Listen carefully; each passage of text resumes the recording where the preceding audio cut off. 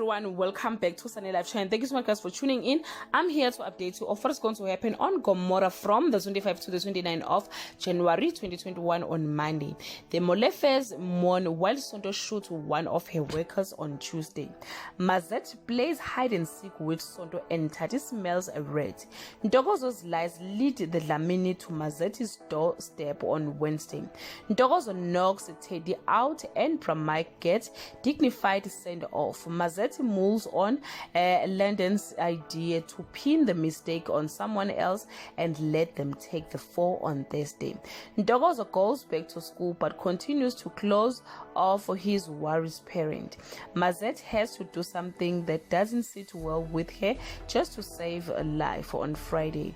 Ntokozo is heading for cleansing when Mam Sonto almost does the job herself. Mazet thinks she has convinced Mam Sonto on what she had done, but her luck just will not hold.